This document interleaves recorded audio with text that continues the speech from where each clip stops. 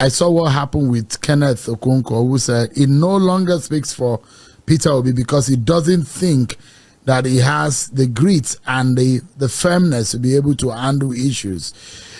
Are you still with Peter Obi? Do you hold similar notion, or what do you make of that kind of situation where he thinks what is going on in the Labour Party needed a firm and a very, very strong handling, but he didn't see that that Peter Obi was able to handle that situation the manner in which he did. Are you also disappointed with what is happening in the Labour Party?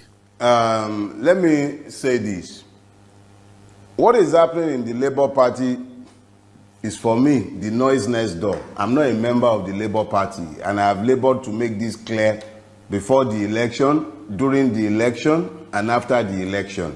I have not concerned myself with what is happening in the Labour Party.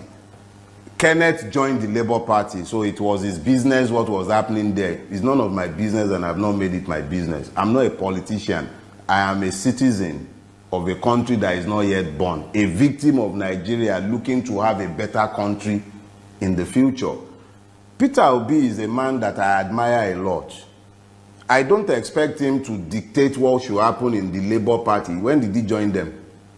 The Labour Party is a party. It's not, I believe that if it's a party, to an extent, they would have to find a democratic means of resolving their differences. Peter Obi is not in a position to dictate the terms of their settlement to them, and I don't expect him to. Obviously, Kenneth Okonkwo has a different understanding of what Peter Obi's response should have been. He is a politician, just like Peter Obi is a politician. They are the ones who decide what political tactics works for them as politicians.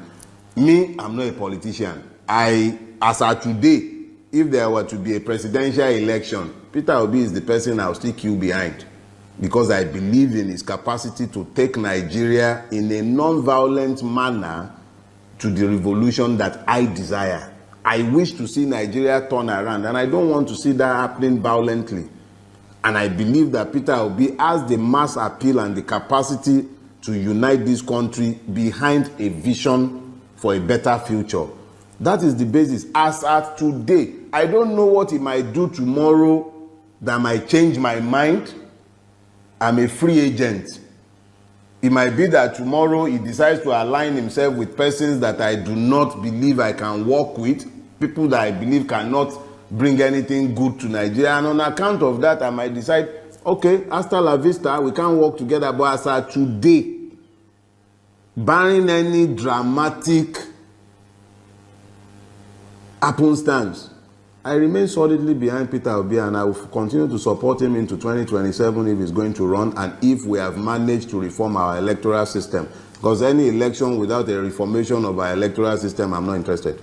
I mean, Kenneth Okonkwo went as far as saying, for 2027, Peter Obi, Bola Tinubu, Atiku should move aside. Like,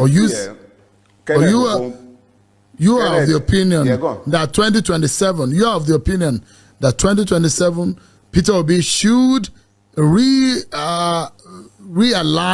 or go back to the ring and still throw his hat and run again for president. That's your opinion, and that's your stand, isn't it? Let me put it this way. Peter Obi did not lose the last election. Peter Obi won the last election. INEC and the judiciary performed their magic. 2027, there will be no election without a reformation of our electoral system.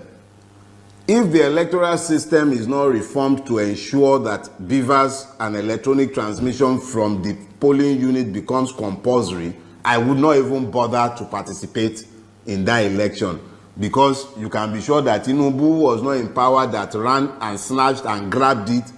Already has the 2027 election results written. A Tinubu that will be busy appointing Wike's man as electoral commissioner, the most violent election rigger in Nigeria today, openly, is Wike.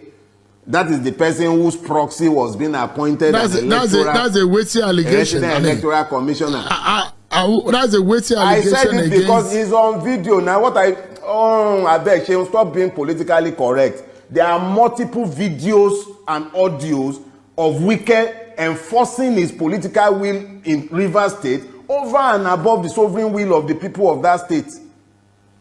Violently too.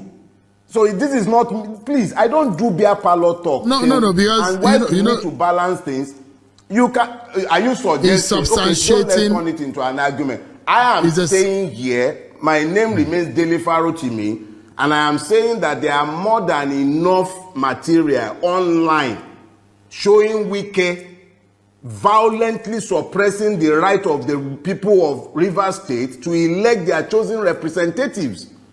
And I am saying that his personal aide, his person, has already been appointed a resident electoral commission since Tinubu came to power. So how can you be talking about a free and fair election in 2027 when it's already a fait accompli that without consequential amendment of the Electoral Act, without a consequential reformation of our judicial system, the same madness that took place in 2023 will repeat itself in 2027. If we do not tell ourselves these basic truths ahead of time, how can we even hope that anything will change? We have to be unapologetic and unrepentant in pushing the truth in their eyes. As I've told you, the truth is both a sword and a shield. I love wielding it as a sword and smashing them on the head with it, and I don't care for their feelings. I don't know how long any one of us is going to live. I'm not going to live my life kowtowing to the opinion, sentiments, or emotions of worthless human beings who have wrecked the life of thousands and millions by their actions and inactions. So we cannot be talking about an election in 2027 in the presence of the multiple madnesses that have remained with us, in the presence of a situation where a corrupt INEC chairman will open his mouth and blithely declare on national TV, go to court. We can't be having that and be talking about an election in 2027. We must at least be honest enough to tell ourselves what is in front of us. If there is going to be an election worthy of his name, I will be out there supporting Peter Obi. If there will be an election, and if we still even have a country, the way Bulaba is going with Nigeria, what do we know that will be left of this country by 2027? What will be left of this country? An emir is being killed in his own domain after ransom war. And we are talking about 2027. An Oba was killed. 2 Obas, for instance, were killed in Ekiti for the other time. And we are still talking about 2027. You practically don't have a functional state again. Somebody is single-handedly, without recourse to any due process, the due process law be damned, the PPP law be damned, single-handedly without public tender of any sort, be awarding a road at 4 billion naira per kilometer. And you are still talking about a country. Why are we lying to ourselves? We must, even if they will not agree, we must be unapologetic in telling these truths. Whether we would have a country in 2027 is up in the air.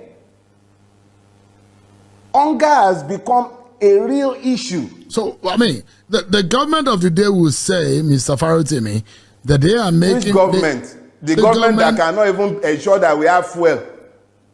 Which government? Do you have government? You have exploiters, buccaneers, thieves. But, I mean, which government? The government of the day will say they are making efforts in fixing the problem that they met on the ground. It's still early in the day. They just have about a year. I'm Chinese too. I'm Chinese and I'm 6'7". Do you believe me? The government of the day has said they are making effort. We see the effort now. They are making effort. They are buying private jet. They are buying yachts. They are spending 21 billion to renovate. They are spending 90-something billion on Hajj. Is that the? And then they are falsely and fraudulently implementing Orosanye report. They are busy privatizing NNPC. We are busy refining in Malta and everywhere. We see the effort they are making.